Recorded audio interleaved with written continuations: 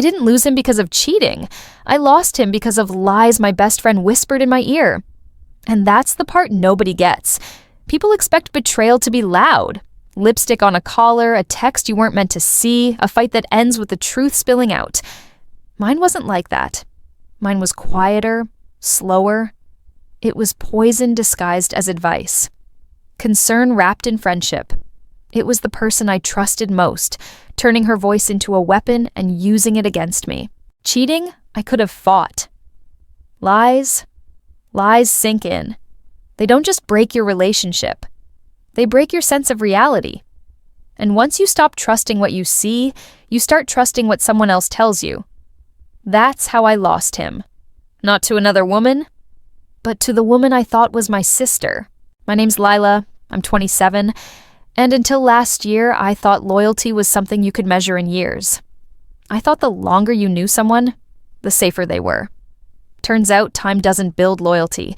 It just gives a snake more chances to strike. We'll call him Daniel. And her? Let's just call her Chloe. Daniel was my boyfriend for almost 3 years. He wasn't perfect, but he was steady. The kind of guy who remembered my coffee order, who showed up to fix a flat tire at midnight, who made my parents laugh even when they pretended not to like anyone I dated. He was my calm. And Chloe? Chloe was my storm, in the best way. We'd been inseparable since high school. She was the one who made every night out wild, the one who made me feel brave when I wanted to shrink. People used to call us sisters, and I used to smile because, in every way that mattered, she was. I trusted her more than anyone. That's what makes this so hard to explain, because if you've never had your best friend turn on you, you'll assume I should have seen it coming.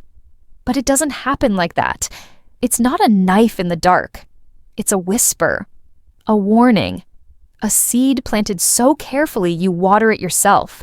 The first time she said something, it was subtle. Daniel had canceled dinner last minute, saying he had to stay late at work.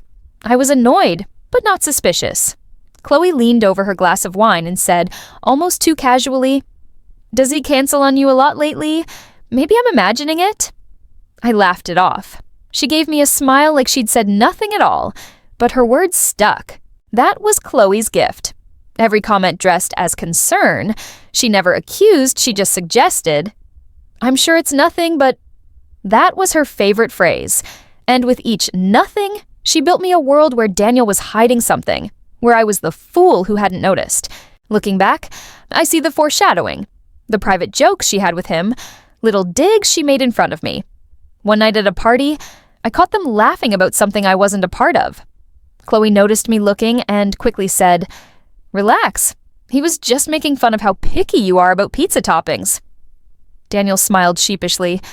I laughed too. But later, in bed, I couldn't shake the feeling I was on the outside of something I should have been in. At the time, I convinced myself it was paranoia. Chloe was my best friend. Daniel was my boyfriend. They were the two people who knew me best, who supported me most. If anything, I thought it was sweet that they got along. But the first real crack came late one night. I was curled up on the couch, scrolling my phone when Chloe texted. "Hey, I don't want to upset you, but I heard something about Daniel. Can I call?" My stomach dropped. I called her instantly. Her voice was soft, almost hesitant. "Look, I could be wrong, but one of my coworkers swore they saw him downtown last week. Not at work, at a bar, with someone. They didn't want to say anything, but I thought you should know. You deserve to know." I froze. 100 questions rushed through me, but none of them came out. Chloe sighed like it pained her to even bring it up. "Please don't overthink it. I'm probably being dramatic. Forget I said anything." But of course, I couldn't forget. That's the thing about manipulation. It doesn't need proof. It just needs your imagination. And once Chloe planted that seed, it grew all on its own. That was the night the story really started. Not the night I caught Daniel, not the night Chloe betrayed me. The night she made me believe she was protecting me. When really, she was setting me up to lose them both. They say friendship is thicker than romance. And for a long time, I believed that. Chloe and I had history. The kind you don't just walk away from. Sleepovers in high school where we swore we'd never let a guy come between us. Covering for each other when one of us didn't make it home on time. sharing secrets we swore would never see daylight. She was my person, the one I leaned on when the world tilted sideways. So when she spoke, I listened. Always. Sometimes even before I listened to myself. Then came Daniel. If you met him, you'd probably say he was the steady type. Not flashy, not the guy who dominates a room, but warm, consistent, the kind of man who remembered how you liked your coffee and noticed when you were tired before you even said a word. He wasn't perfect. Nobody is. But he showed up. And after years of people who didn't, that mattered. At first, Chloe seemed to like him. She teased me about how settled I looked, about how I couldn't stop smiling when his name popped up on my phone. She even played matchmaker in little ways, encouraging me to give him a chance. That's part of what made everything sting later. She was the one who pushed me to let him in. But somewhere along the way, her tone shifted. Slowly, subtly.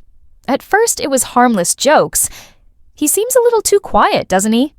Or, are you sure he's really your type?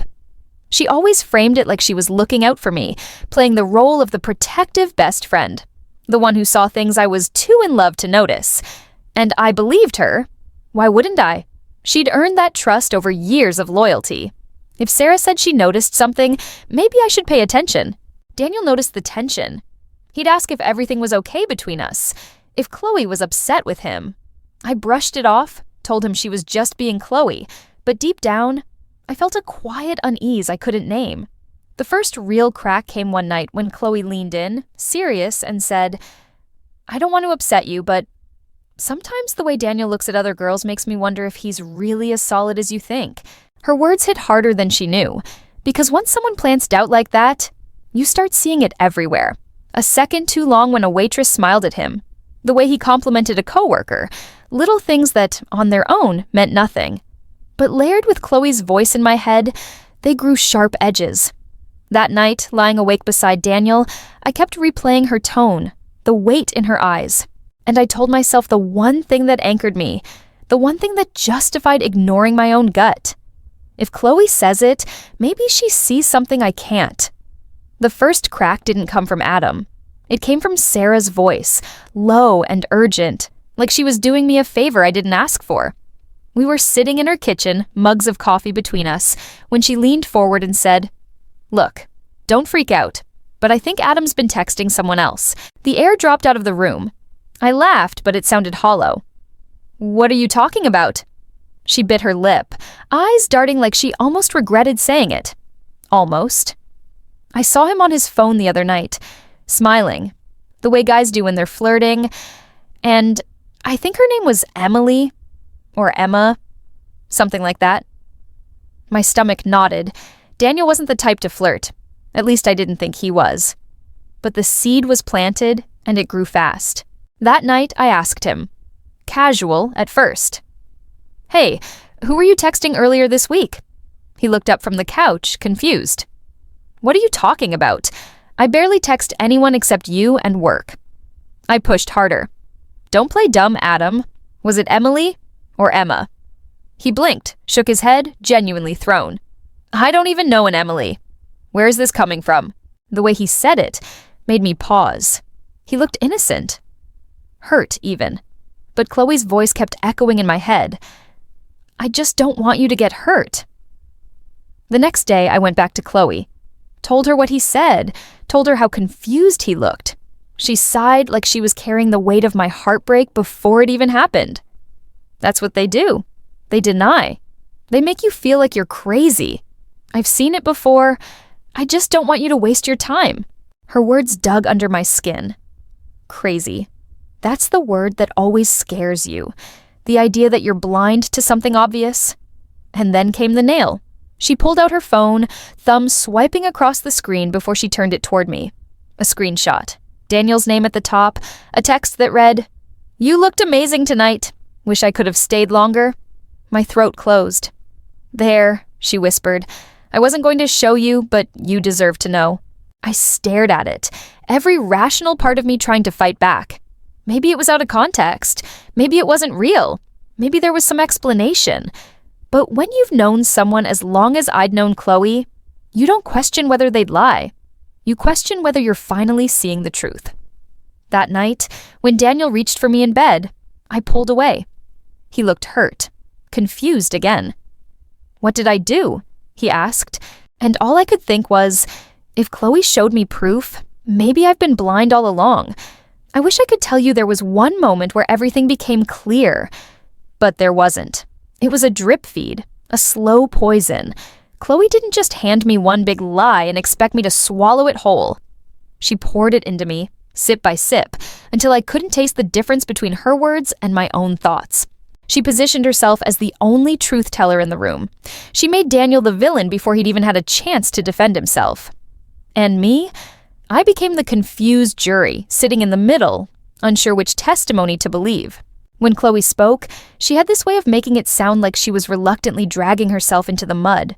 She'd sigh, lower her voice, and say things like, "I don't want to be the one to say this, but," or, "Don't hate me for telling you the truth." And I believed her, because why would my best friend lie? Why would she want to hurt me?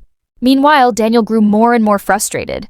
He wasn't perfect, no one is, but he looked me in the eye every time and said, "I haven't done anything. I don't know what she's talking about. Please believe me." And maybe I should have. Maybe I should have trusted the man who had actually been showing up for me, instead of the friend who was only showing me shadows. But Chloe's words carried weight. She knew me inside out. She knew the exact insecurities to tug on, like strings in a puppet. She'd say, "I know how much you've been through before. I just don't want you to end up like that again." She'd remind me of my past heartbreaks, the nights I cried over boys who cheated, the trust I gave too easily. She positioned Daniel as the next chapter in a long, humiliating book, and herself as the one who could stop me from repeating history. Friends started to split. Some sided with Chloe. "She's only looking out for you." Others stayed silent, unwilling to get dragged into the mess. But no one came forward to defend Daniel. At least, not loudly enough. Silence has a way of choosing sides, too. And Daniel? He tried. God, he tried. He'd send long texts trying to explain how absurd it all was. He'd beg me to stop listening to Chloe. He'd even show up at my door, his hands in his hair, pacing, saying, "I don't know what else to do. How do I prove something I didn't do?" That was the part that broke me. The helplessness. Watching him unravel, not because of what he'd done, but because of what he couldn't undo. Chloe's story had already gotten ahead of him. Every denial sounded defensive.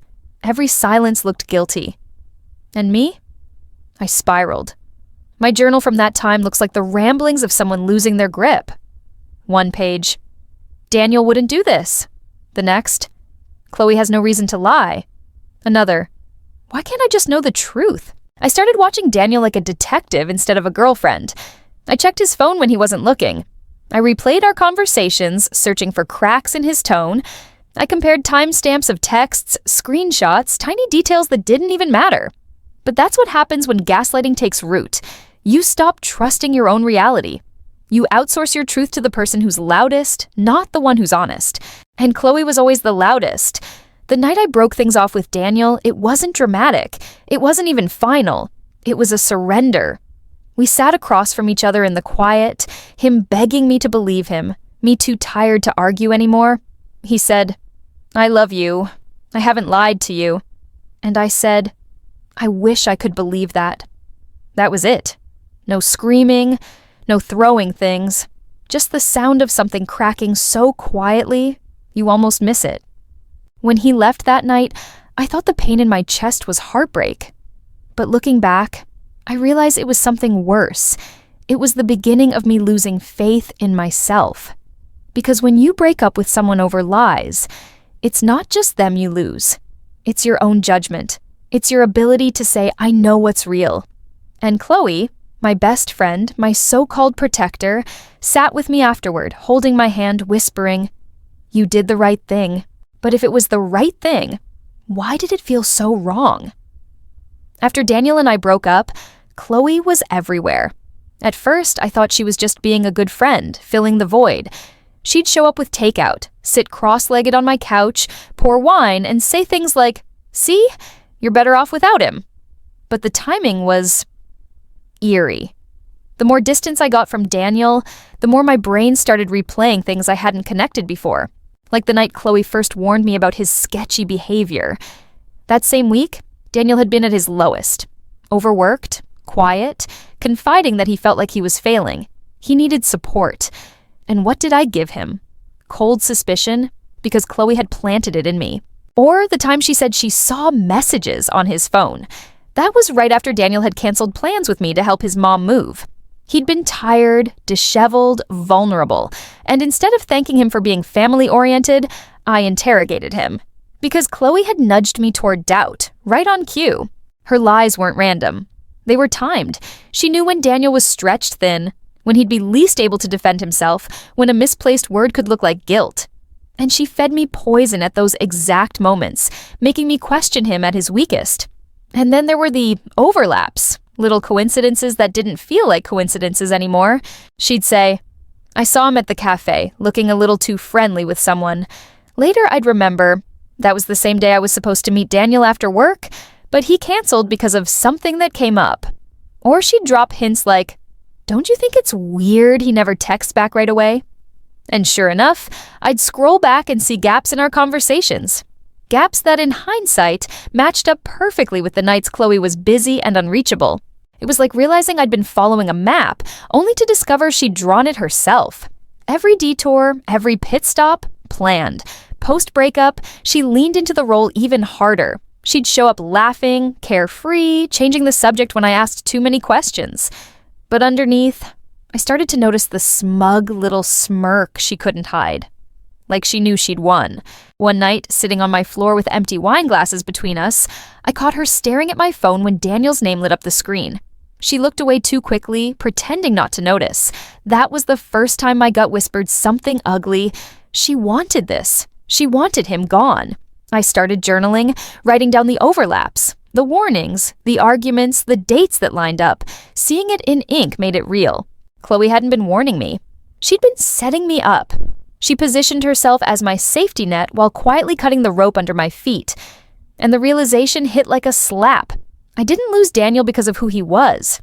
I lost him because Chloe timed every whisper to match his lowest points. It wasn't just lies, it was strategy. And that's when the real betrayal set in. Not that she lied, but that she planned it. Because heartbreak hurts. But premeditated betrayal, that rewrites every memory, every laugh, every promise of, "I'd never hurt you." And suddenly, the girl sitting on my couch wasn't my best friend anymore. She was the reason I was sitting there alone.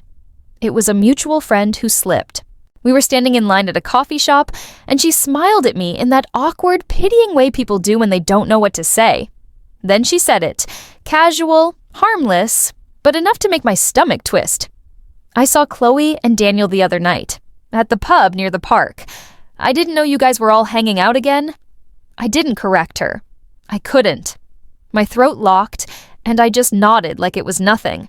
But inside, I was screaming. Weeks. It had only been weeks since Daniel and I ended things, and already, Chloe was being spotted at his side. At first, I told myself maybe it wasn't what it sounded like. Maybe it was just two people sharing a drink, consoling each other after everything fell apart. But deep down, I knew better. And then the clues started dripping through. Chloe's Instagram, which had always been chaotic and full of group photos, suddenly shifted. Pictures of wine glasses, city lights, a plate with 2 sets of cutlery, captions like, "Good company, good night," with a smiley face. Harmless if you didn't know, but I knew. Because Daniel had once taken me to that exact rooftop bar she tagged. The table in her photo looked familiar. Too familiar. And then came the twist that made it undeniable. A picture, not even of them together. That would have been too obvious. No, this was sneakier. Chloe had posted a casual morning selfie in a hoodie that wasn't hers. I knew that hoodie. Gray, worn, with the logo faded almost completely off the chest. Daniel's favorite. He wore it everywhere. On lazy Sundays, to the gym, even to bed sometimes. I used to joke that it was his second skin. And there it was. On Chloe. She didn't tag him. She didn't have to. I saw it immediately, like a punch in the gut. That wasn't just a hoodie, that was proof. And suddenly, the timeline rearranged itself in my head. Chloe hadn't waited until after the breakup. She hadn't just fallen into something with Daniel when the dust settled. No. She'd been circling him, planting her whispers while she smiled at me across wine glasses. Every warning, every "I just don't want you to get hurt," every fake screenshot, it hadn't been protection, it had been possession. She wanted him, and she dismantled me to get there. The fallout hit harder than the breakup itself, because with Daniel, there had been room for doubt. Maybe he had flaws. Maybe we weren't perfect. Maybe we were just doomed like some couples are. But with Chloe, this wasn't accident or timing. This was betrayal carved with intent. She didn't just steal him after. She stole him before. She stole my faith, my trust, my voice, by whispering until I couldn't hear my own instincts anymore. And looking at that hoodie wrapped around her body, I realized something sickening. I hadn't just lost Daniel. I had been played out of him. I didn't plan some big ambush. I didn't have the strength for that. It was smaller, quieter. Just me, Chloe, and a question I already knew the answer to. "Are you with him?" I asked. No hello, no small talk, just the words sitting between us like broken glass. She blinked, her mouth parting like she'd been caught stealing, which, in a way, she had. Then her face softened into something that almost looked rehearsed. "I can't help who I fall for," she said. That was it. No denial, no excuse about just being friends or helping each other through. She went straight to the line of someone who already believed she was justified. I wanted to scream, but instead I laughed. This hollow, bitter sound that didn't even feel like me. "You fell for him while telling me he was a liar. You fell for him while holding my hand and telling me to leave." She flinched, but not out of guilt. More like annoyance that I was breaking the script she'd written. Later, when I confronted Daniel, it wasn't any better. He stood there looking ashamed, but not enough. Never enough. "She was there for me," he said, as though that made it noble. "After we broke up, she helped me through it." I stared at him, numb. "She helped you through a breakup she orchestrated." He shook his head as if shaking it could erase the truth, but then came the part that gutted me, the part that twisted the knife into everything I thought I knew. "Look, she told me she had feelings for me before the breakup, long before. I didn't know what to do with it. I didn't want to hurt you." And just like that, every whisper, every warning, every screenshot clicked into place. It hadn't been about protecting me. It hadn't been about loyalty. It had been strategy. Chloe wanted him, and she wrote the ending to my story so she could walk into hers. I thought betrayal would look like stolen kisses or late-night messages behind my back. But mine looked like a script I didn't know I was acting in. Lines fed to me by the person I trusted most. I didn't lose him to chance. I didn't lose him to fate. I handed him over because she scripted the ending. I didn't block Chloe right away. That's the part that stings when I look back. A part of me still wanted her to explain, to confess, to suddenly remember the friendship we'd built. But she didn't. She just stepped neatly into the space she carved for herself. So I did what I should have done months earlier. I cut her out. No long messages, no dramatic monologues, just silence. Her number, deleted, her photos, gone. The pact we made, ashes. And Daniel, he didn't even fight for me. Not once, which in a strange way made it easier. He wasn't mine anymore. Maybe he never was. But losing them both left me with something heavier than heartbreak. Doubt. Doubt in myself. Doubt in the way I read people. Doubt in whether I'd ever see betrayal coming again. So I went to therapy. I needed someone to help me untangle what was real and what was a script written in whispers. And little by little, I started piecing myself back together. I took myself out for dinners. I booked a solo trip, something I'd always said I'd do someday. I stopped asking if people were loyal and started asking if I was listening to myself, because that was the worst part. I hadn't trusted me. I'd trusted her. Chloe didn't just take my boyfriend. She rewrote the story of us. She didn't just whisper warnings to protect me. She whispered them to clear her own path. And I let her. But here's the thing about betrayal. It feels like it breaks you, but it really just breaks the illusion. And once the illusion's gone, you see things sharper than you ever did before. I thought I lost him, but really I lost her. And that was the bigger betrayal. The kind that doesn't just make you cry, the kind that makes you grow.